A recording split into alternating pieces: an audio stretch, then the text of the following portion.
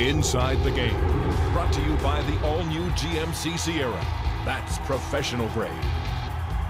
At the second intermission with Elliot Friedman and PJ Stock, so we have the Minnesota Wild has won in overtime to get back in their series with Colorado. Earlier tonight, Pittsburgh were down 3-1 in Columbus and scored 3 goals to win that one. And obviously, Jonathan Toews and the Chicago Blackhawks are looking to have a chance to get back to 2-1 Blues in this series, PJ. No Seabrook. Lots of concerns on the back end for Chicago. Enter Mr. Brookbank. I thought he's been absolutely spectacular for them so far tonight. He's got 9-11 minutes of ice time. He's a plus hockey player. He's got an assist. He's had great puck movement so far, great positioning, and he's been paired up with Keith. And they've been going up against the other team's top lines, the top 4 pretty much, as a foursome on D. But they've been doing spectacular work. And, you know, Elliot, before the game we were contemplating, you know, who would be more of a loss, Brookbank or would it be Backus? And, Seabrook or Backus. And, he's making my argument look worse. Yeah. He's doing a really nice job. Great period so far. You know, it's really interesting the way, we talked about it before the series began.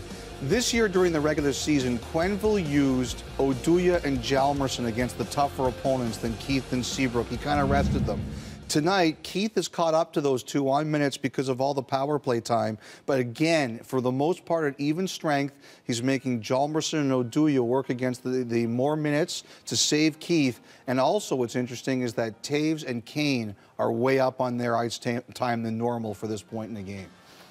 Brings me to my next point, well, Elliot. Thank you very much. And of you. course, you know, without Seabrook on the back end, all these concerns, down 2-0 in the series. What do? You lean on your captain. He's just mentioned all the minutes. Who gets the big goal? The captain. Again, and they're up by 1 right now, and he has it.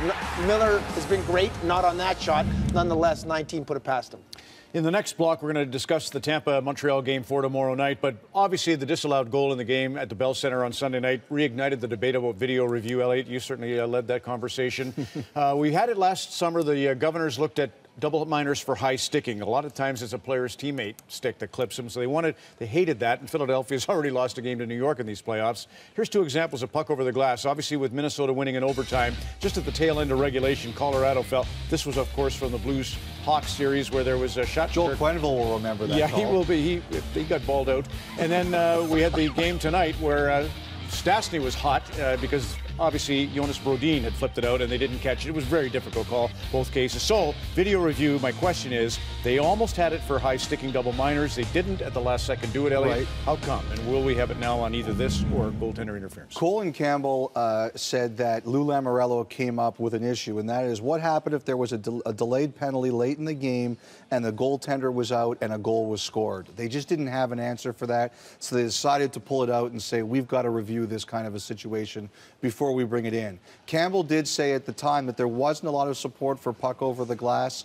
You know, I think the biggest problem is that the people in hockey ops don't want to be seen as God from afar coming out and overruling their referees all the time. I think every year I think there's more and more support for it, Ron, but I don't think they're just there yet. PG, we're tight, so we'll just say those 3 now. Goalie interference, puck over the glass, and obviously high sticking. Let's go to your Brooks Orpik moment as we get ready to go to break. Well, Stan, the great stat man, sent me a note. If Pittsburgh hits the end of the second period without a goal, it's 103-18 without one. However, Brooks Orpik scored with 0.7 of a second left.